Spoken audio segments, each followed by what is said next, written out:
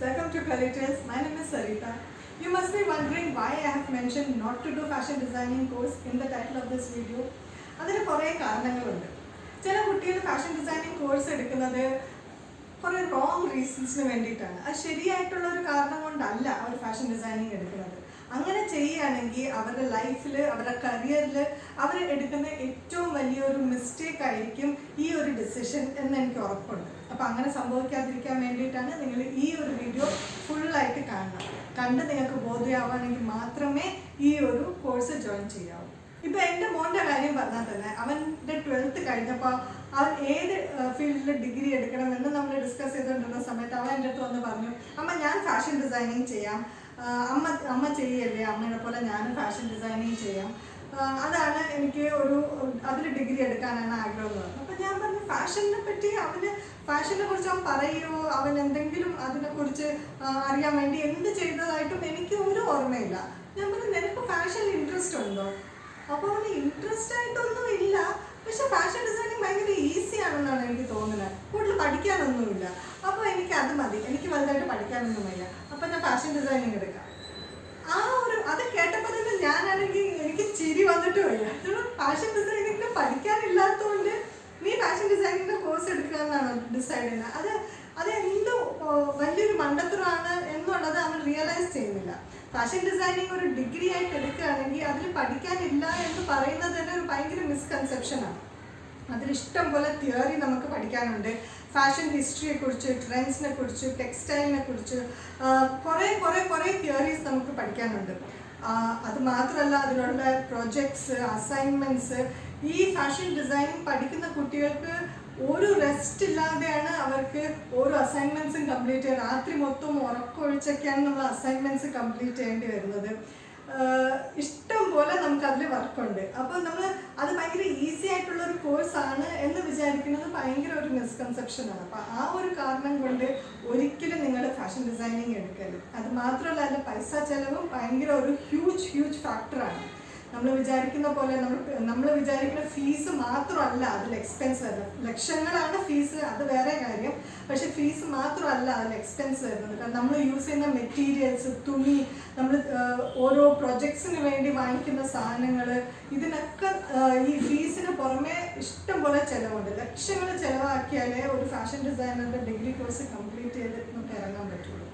അപ്പോൾ ഇങ്ങനത്തെയൊക്കെ കാര്യങ്ങൾ എപ്പോഴും നമ്മളൊരു കോഴ്സ് ഡിസൈഡ് ചെയ്യുന്നതിന് മുമ്പേ ആലോചിച്ച് മനസ്സിലാക്കി വെച്ചേക്കണം. ഇതിലൊന്നും നിങ്ങൾക്ക് ചെയ്യാനോ അതിനുള്ള ഇൻട്രസ്റ്റോ ഇല്ല എന്നുണ്ടെങ്കിൽ ഒരിക്കലും ഈ ഒരു കോഴ്സിൽ കയറി ജോയിൻ ചെയ്യുകയേ ചെയ്യുക. പിന്നെ ഈ ഫാഷൻ്റെ ഫീൽഡ് എന്ന് പറയുന്നത് ഭയങ്കര ഗ്ലാമർ നിറഞ്ഞൊരു ഫീൽഡാണ്. We get to work with so many fashionable models, all glamorous ladies, celebrities, അങ്ങനെയൊക്കെയുള്ള ഒരു ഇംപ്രഷൻ ഉണ്ട് ഫാഷൻ എന്ന് പറയുമ്പോഴത്തേക്ക്. ഇപ്പോൾ പുതിയ കൊച്ചു കുട്ടികൾക്കൊക്കെ ആ ഒരു ഫാഷൻ്റെ ഫീൽഡ് എന്ന് പറയുമ്പോഴത്തേക്ക് it is like a fairy tale world. ഭയങ്കരമായിട്ടൊരു ഗ്ലാമറസ് ആയിട്ടുള്ള ഒരു ലോകമാണ് അവർ ഇമാജിൻ ചെയ്യുന്നത്. പക്ഷേ അത് ഭയങ്കര ഒരു മിസ്കൺസെപ്ഷനാണ്. നിങ്ങൾ അങ്ങനെ ഒരു ചിന്ത, അങ്ങനെ ഒരു വിചാരം വെച്ചുകൊണ്ടാണ് ഫാഷൻ പഠിക്കുന്നതെന്നുണ്ടെങ്കിൽ അത് very sorry, I have to really break your little heart, but അതല്ല സത്യം. ഫാഷൻ ഡിസൈനിങ് നമ്മൾ പഠിച്ചിറങ്ങിക്കഴിഞ്ഞാൽ ഉടനെ നമുക്കൊരു ഗ്ലാമർ വേൾഡിലോട്ട് നമ്മൾ കാലെടുത്ത് വെച്ച് വയ്ക്കുകയൊന്നുമില്ല.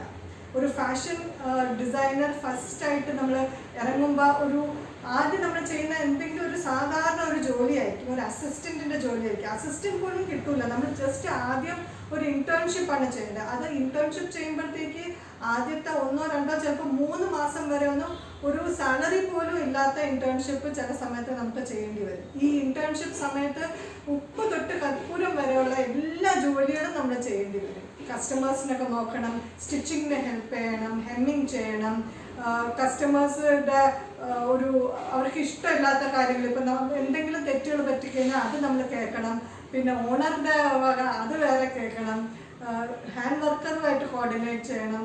അങ്ങനെ എല്ലാ കാര്യങ്ങളും ഒരു ബുട്ടീക്കാണ് ജോയിൻ ചെയ്യുന്നതെങ്കിൽ ഒരു ബുട്ടീക്കിൽ ചെയ്യേണ്ട എല്ലാ കാര്യങ്ങളും ഒരു ഫാഷൻ ഇൻറ്റേൺ ചെയ്യേണ്ടി വരും. അത് അത്ര ഗ്ലാമറസ്, ആ സമയത്ത് അത്ര ഗ്ലാമറസ് ആയിട്ടൊന്നും നമുക്ക് തോന്നില്ല. അത്രയ്ക്ക് കഷ്ടപ്പെടാൻ റെഡി ആണെങ്കിൽ മാത്രമേ ഫാഷൻ ഡിസൈനിങ്ങിൽ നമ്മൾ കയറാവൂ.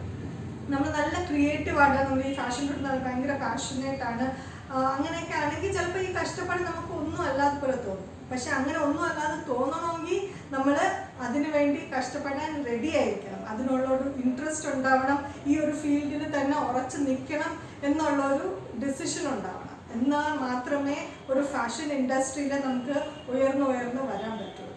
ആ ഒരു ഇൻട്രസ്റ്റ് ഇല്ല, നമ്മൾ ഗ്ലാമർ മാത്രം കണ്ടാണ് ഈ ഒരു ഫീൽഡിലോട്ട് ഇറങ്ങിയെന്നുണ്ടെങ്കിൽ അത് ഒരിക്കലും നിങ്ങൾക്ക് സസ്റ്റെയിൻ ആവില്ല.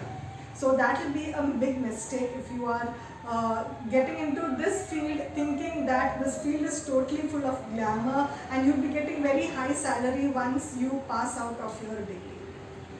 So don't do fashion designing if that is what you are thinking. ഇതുപോലത്തെ ഫാഷൻ ഇൻഡസ്ട്രിയിലെ കുറച്ച് മിത്സ് ബേസ്റ്റ് ചെയ്യാൻ വേണ്ടിയിട്ടാണ് ഇന്ന് ഞാൻ ഈ വീഡിയോ ചെയ്തത്. പുതിയതായിട്ട് ഫാഷൻ ഫീൽഡിൽ വരാൻ താല്പര്യമുള്ള കുട്ടികൾ ഡെഫിനറ്റ് ആയിട്ട് ഇങ്ങനത്തെ വീഡിയോസ് കണ്ടിരിക്കണം.